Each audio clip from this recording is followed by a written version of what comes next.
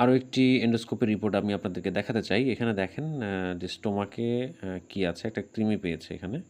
এই যে একটা roundworm was seen in lumen, ঠিক আছে?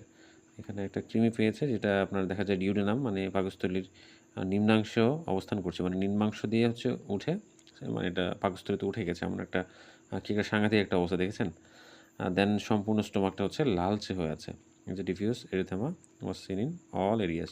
তো এটা অনেক সময় দেখা যায় যারা বাইরের খাবারগুলো স্ট্রিট ফুড বা ফ্রাইড ফুড দেখা যায় খুব বেশি পরিমাণে খায়, তাদের এরকমটা হতে পারে, লালচে হয়ে দেন আলসার হয়ে যেতে পারে, ক্ষত হয়ে যেতে পারে।